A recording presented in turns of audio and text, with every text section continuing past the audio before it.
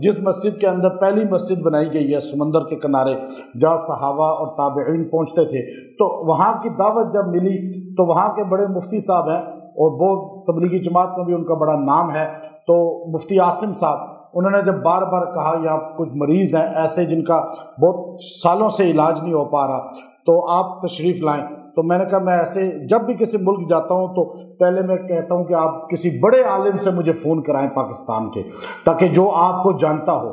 تو انہوں نے قاری حنیف جلندری صاحب دامت برکاتہم العالیہ جو قائد وفاق المدارس ہیں خیر المدارس ملتان میں، تو ان سے کال کروائی، حضرت نے مجھے کہا کہ میں ان کو جانتا ہوں آپ تشریف لے جائیں۔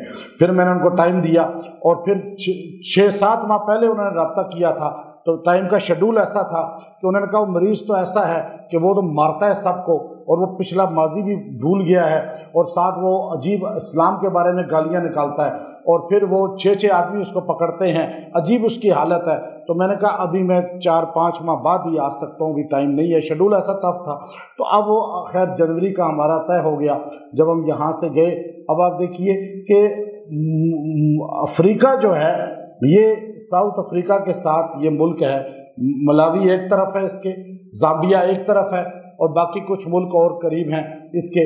اب ہم یہاں پر ویا کینیا گئے، وہاں جب ہم پہنچے تو انہوں نے کہا کہ آپ نے مبوتو جو اس کا ہیڈ آف کیپٹل ہے وہاں نہیں اترنا، آپ کا ٹکٹ ہم چینج کر رہے ہیں، چونکہ یہاں سے لوگ بھاگتے ہیں ساؤتھ افریقہ کی طرف تو یہاں ایئرپورٹ پہ بہت سختی ہے، تو آپ ہمارے نمپولا جو ہمارا سٹی ہے، جیسے ہمارا فیصل آباد سمجھ لیں یا اس طرح کوئی شہر ہو، تو آپ یہاں اتریں نمپولا میں۔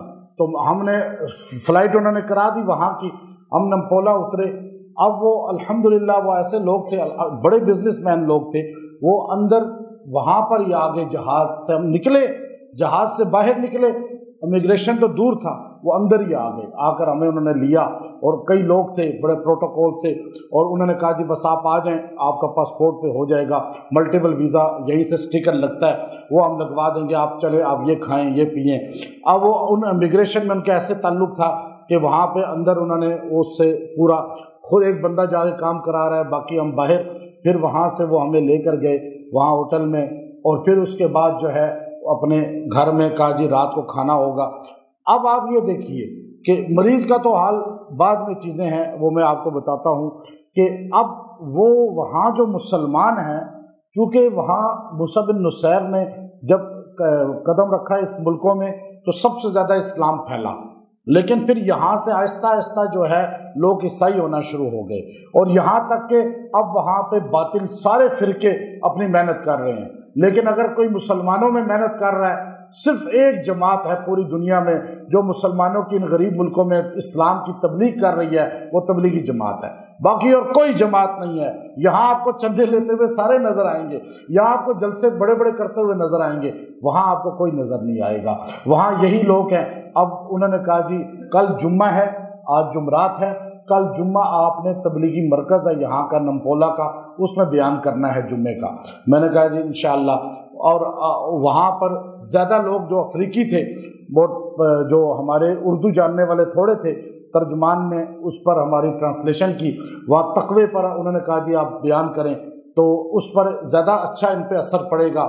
پھر میں نے سورۃ طلاق میں سے سارا تقوی کی آیات کو بیان کیا، وہ ماشاءاللہ بڑے متاثر ہوئے۔ پھر اس کے بعد وہاں جو ہے جتنے لوگوں کے ذہن میں کچھ جماعت کے بارے میں بھی شکوک تھے وہ بھی اللہ نے دور فرما دیے، اور پھر انہوں نے کہا اگلے دن کہ آپ نے ہمارے ساتھ چلنا ہے، جہاں اجتماع ہوتا ہے اس کا اور یہاں تبلیغی اجتماع ہوتا ہے، وہ مفتی عاصم صاحب جو تھے ان کی ذاتی جگہ تھی، وہ انہوں نے یعنی اپنے ادارے کے لیے لی تھی، وہ 50 ایکڑ سے زیادہ تھی اور بڑی جگہ تھی نمپولا میں، اور وہاں اجتماع ہو چکا تھا اور بعد میں بھی وہیں پہ ہونا تھا، تو وہاں مدرسہ بھی تھا ان کا، کہا یہاں آپ جا کے تھوڑا سا بیان کر دیں، وہاں ہم نے بیان کیا۔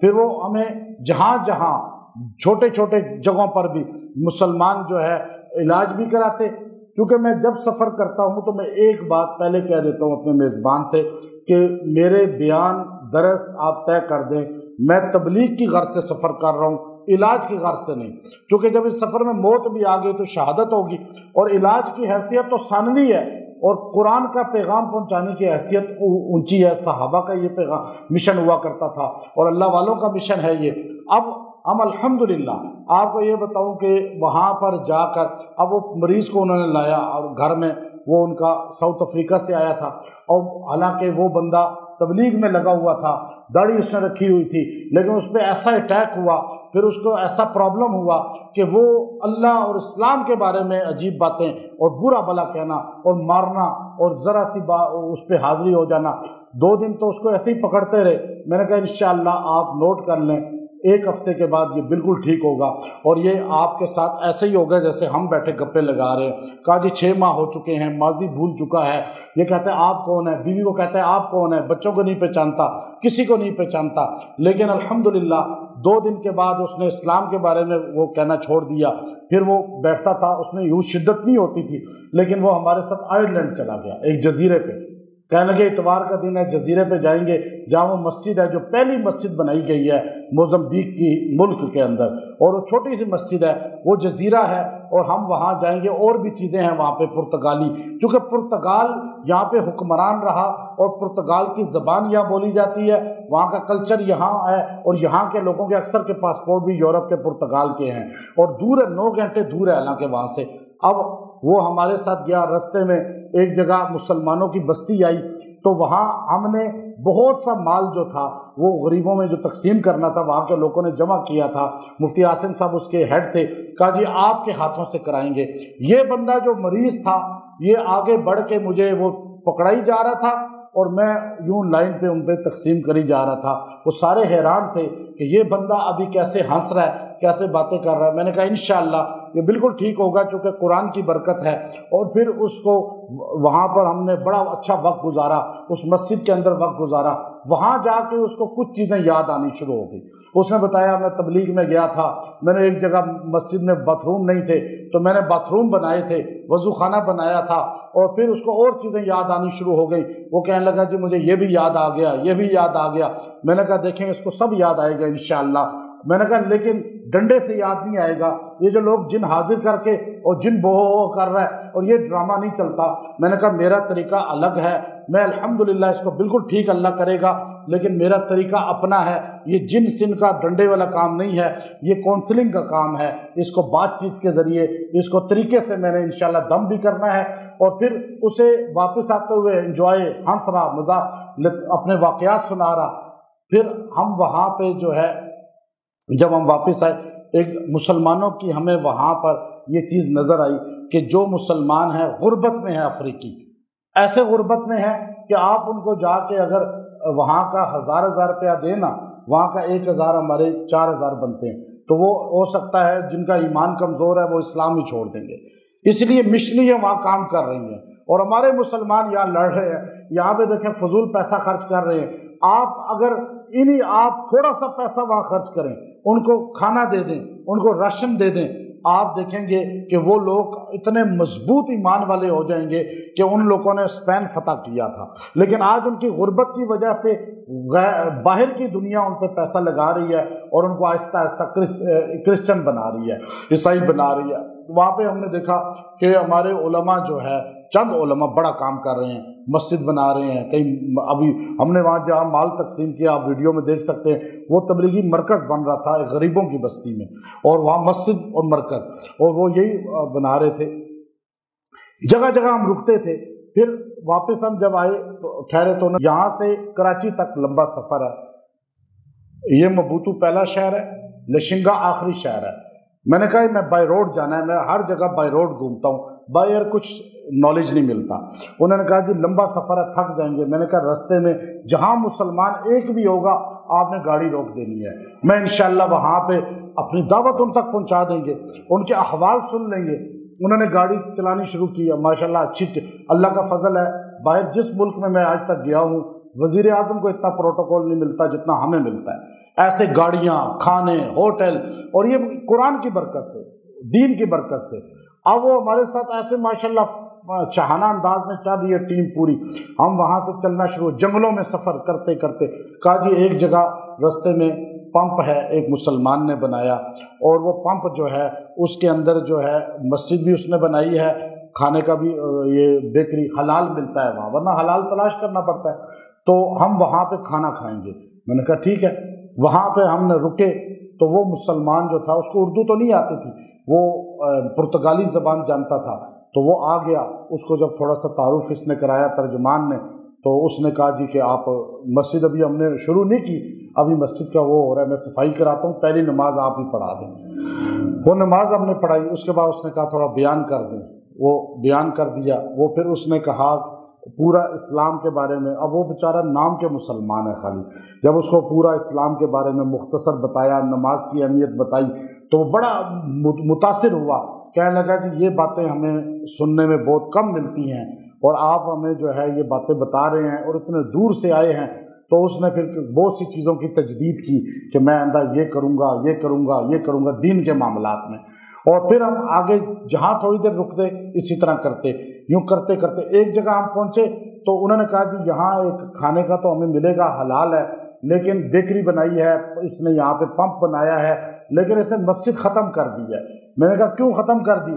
کہا اس کی دادی جو ہے وہ اہل سنت نہیں ہے، وہ اہل تشیع میں سے ہے، تو یہ بندہ انگریز کا بیٹا تھا، اس کا والد مسلمان ہو گیا تھا، انگریز گورا تھا، تو اب اس کی بیوی اور اس کی بیٹی جو ہے وہ بھی تقریباً اسی طرح ہو چکے ہیں، اب انہوں نے مسجد ختم کر دی ہے۔ میں نے کہا کہ ہمیں وہیں رکنا چاہیے۔ وہاں سے قریب دور ایک مسجد تھی، وہاں ہم نے نماز پڑھی، تو اس بندے کو جب اس بندے نے بتایا کہ میں کون ہوں، تو اس بندے نے اس کو کہا کہ ان کو لے کر آؤ، میری بیٹی کو دورے پڑتے ہیں جنات کے، تو یہ یہاں اگر اس کو علاج کر لیں۔ تو میں نے کہا یہ تو اللہ نے اور اچھا کام کر دیا۔ اب جب ہم اس کے پاس بیٹھے، اس نے ہمارا کھانے کا اہتمام کیا، اور پھر کھانے کے بعد کہتا ہے آفس میں پھر الحمدللہ اس کا پورا علاج کا ہوا۔ اس کے بعد میں نے اس کی بیٹی کو، بیوی کو، اس کو بٹھا کر اس بندے سے کہا کہ تم نے ترجمانی کرنی ہے۔ میں نے اس کو کہا دیکھو صحابہ اکرام سے محبت کیوں ضروری ہے۔ میں نے یہ بتانا شروع کیا کہ اگر صحابہ سے اعتماد اٹھے گا، قرآن سے اٹھے گا، حدیث سے اٹھے گا۔ یوں میں نے اس کو بتانا تھوڑی دیر، گھنٹہ ایک بتایا ہوگا۔ وہ تینوں کہنے لگے ہمیں آج سمجھ آ گئی ہے کہ اصل مسلک اہل سنت والجماعت ہے، اور ہم سے غلطی ہو گئی تھی، اور آج کے بعد اہل سنت والجماعت ہم پابند رہیں گے اس پر، اور انشاءاللہ اسی پر ہم چلیں گے۔ اور میں نے ان کو کچھ وظائف بھی دیے، کچھ چیزیں بھی بتائیں۔ اب آپ دیکھیے کہ ہماری تھوڑی سی محنت سے کیسے وہ تبدیل ہو گئے، اور ان کو سمجھ آ گئی بات کی۔ لوگ وہاں پر ابھی میں وہاں پر جو ہے ایک عورت آئی میرے پاس، کہنے لگی اس کی بچیاں شادی کوئی اسماعیلی سے کر رہی ہے، کوئی کس غیر مسلم سے کر رہی ہے، عیسائی سے کر رہی ہے، 5-6 بچیاں ساری شادیاں اس طرح کر رہی ہیں۔ تو اب میں آگے لشنگا ایک شہر ہے، لشنگا آخری شہر ہے، بڑا شہر ہے، اس کے بعد ملاوی شروع ہو جاتا ہے، بارڈر ہے۔ ہم وہاں پہنچے، وہاں پر بھی ان کا چونکہ بڑا حلقہ تھا، ان کی بڑی فیملی تھی، وہاں پہ الحمدللہ ہم نے اسی طرح علاج کا بھی ساتھ بیانات بھی۔ ایک مدرسہ تھا، بچے چھوٹے چھوٹے بچے حفظ کر رہے ہیں اور ماشاءاللہ کتابیں پڑھ رہے ہیں۔ ہم نے ان کے حالات کو دیکھا اور وہاں پہ بیان بھی کیا، اور پھر چھوٹی چھوٹی جگہوں پہ بیانات ہوتے تھے، یعنی شو روم پہ گئے وہاں دعا کرائی، بیان کر لیا لوگوں کو بٹھا کر، کسی گھر میں گئے وہاں اس طرح۔ اب وہ لوگ ایسے پیاسے کہ سنتے تھے بڑی محبت سے اور بڑی عقیدت سے۔ جب میں آیا مبوتو، وہاں سے ہم واپس آئے نمپولا میں بائی روڈ واپس آئے، تو پھر وہاں سے راستے میں ہم جب آ رہے تھے تو ایک جنگل میں رات 1-1:30 بجے کا ٹائم تھا، تو ایک جنگل سنسان ہوتے ہیں، لیکن ایک حیرت کی بات ہے کہ پورے ملک میں یہ جو شور کی آواز نہیں آئی۔ کالے ہیں، افریقی ہیں، آپ پورے ملک میں ہم گھومے ہیں بائی روڈ، کہیں اوے اس طرح آوازیں نہیں آئی، یہ جو ہماری نکلتی ہیں آوازیں۔ آپ یہ بازار سے گزر کے دیکھیں نا، آپ راجہ بازار میں جائیں تو کیا حال ہوتا ہے، وہاں یہ چیز نہیں ہے۔ کالے افریقی جنہیں آپ بالکل زیرو سمجھتے ہیں، وہ ہم سے تہذیب میں آگے ہیں۔ کوئی شور کی آواز نہیں، کوئی ہارن کی آواز نہیں، کوئی اوورٹیک نہیں کر رہا، کوئی جو ہے گاڑی کو ہارن بجا کر سکٹیں نہیں مار رہا، کوئی کسی کو چڑھا نہیں رہا گاڑی میں، کوئی فاسٹ لائن میں سلو نہیں چلا رہا۔ آپ حیران ہوں گے کہ جنگل میں افریقہ کا جنگل، میں ڈر رہا تھا، میں نے کہا رات کا ٹائم ہے، پوری رات ہم جنگل میں سفر کر رہے ہیں، یہاں ایک پولیس والا نہیں ہے، ایک یہاں پر جو ہے کہیں پہ کوئی چوکی نظر نہیں آ رہی ہے، اور یہاں جنگل میں کوئی بھی واردات ہو سکتی ہے۔ اس نے کہا بے فکر ہو جائیں، اتنا محفوظ ہے یہ جنگل کہ آپ پورا ملک گھوم لیں، آپ کو کوئی چوری نہیں کرے گا، کوئی آپ سے موبائل چھینے گا نہیں۔ یہ حال ہے اس ملک کا۔ یہاں آپ اس روڈ پہ رات کو 2 بجے گزر کے دکھائیں نا ذرا، آپ کہتے ہیں جی ہم ہی جنت میں جائیں گے، پاکستان میں ہم پیدا ہو گئے ہیں اور اسی لیے ہم زوال پذیر ہو گئے ہیں کہ ہم نے سب کو ڈاؤن سمجھا، اپنے آپ کو بڑا سمجھا۔ آج دنیا میں سب سے زیادہ اگر کسی پاسپورٹ کی ناقدری ہے تو وہ کس کا پاسپورٹ ہے؟ ہمارا۔ واللہ ہمارا پاسپورٹ ہاتھ میں ہوتا ہے ہمیں شرم آ رہی ہوتی ہے، وہ ہمیں یوں دیکھ کے کہتے ہیں ادھر ہو، ہماری ویلیو ہی نہیں۔ پھر جب تھوڑا بہت ان کو بتائیں کہ ہم کون ہیں، ہمارا کیا مقام ہے، پھر وہ کہتے ہیں تھوڑی سی عزت دیتے ہیں، ورنہ وہ ہمارے وزیر کو بھی یوں دھتکار دیتے ہیں پاسپورٹ دیکھ کے۔ اس لیے ہمارے اندر غرور بہت ہے، ہم ہر چیز میں اپنے کو ہی بڑا سمجھتے ہیں کہ جنت میں ہم جائیں گے، سعودی سارے غلط ہیں، عرب والے سارے غلط ہیں، اور ہم ہر دنیا کو غلط کہتے ہیں اور اپنے آپ کو ٹھیک سمجھتے ہیں، اور ہیں دنیا میں سب سے زیادہ غلط ہم ہی لوگ۔ یہ میں آپ کو بڑے دعوے سے کہہ رہا ہوں۔ میں افریقہ کے جنگل کی بتا رہا ہوں، رات کا ٹائم تھا، وہ کسی کا ٹرالا تھا لمبا سا، اس میں پیٹرول کہیں ختم ہو گیا۔ اس نے سوچا، افریقی تھا، اس نے سوچا کہ میں سیدھا کھڑا کروں گا تو جنگل میں کون میرے مدد کرے گا، مجھے کون پیٹرول دے گا۔ اس نے بڑا ٹرک آزمائی، اس نے ٹرالے کو یوں کر کے نا روڈ ہی بلاک کر دی، روڈ ہی بلاک کر دی اور کھڑا کر دیا۔ اب پیچھے تھوڑی دیر میں نا کوئی 10-12 گاڑیاں یعنی گھنٹے ڈیڑھ میں جمع ہو گئی۔ اب ہم بھی پھنس گئے اس میں، اب وہ کہتا ہے پیٹرول ہی نہیں ہے۔ اب ساروں کی جان بن گئی کہ اب کیا کریں، پیٹرول پمپ دور ہے۔ ساروں نے کہا کہ اس میں تو پیٹرول بھی 30-40 لیٹر سے کم ڈلے گا نہیں تو پھر اس کا کام چلے گا۔ انہوں نے کہا کہ چلو تھوڑا تھوڑا سارے نکالو۔ لوگوں نے نکال کے اس کی مدد شروع کی۔ میں نے کہا چلو موقع مل گیا۔ یہ تارے آپ کو نظر نہیں آتے، آپ باہر نکل کے دیکھیں تارے آپ نے کتنی زندگی۔ ابھی میں آپ سے پوچھوں کہ آپ نے آخری بار آسمان پہ تارے کب دیکھے تھے تو آپ سوچ میں پڑ جائیں گے نا، اتنی یہاں پولوشن ہے۔ اب آپ دیکھیے کہ اتنا گرد، اتنا جو ہے یہ ہمارے یہاں کہ ہم تارے ہی نہیں دیکھ پاتے۔ چاند کی 14ویں تھی وہ، میں نے کہا چلو موقع مل گیا، ہم اتر کے اپنا پڑھائی شروع کر دی جنگل میں ایک جگہ بیٹھ کے۔ میں نے کہا ایک اللہ نے موقع دے دیا ہے۔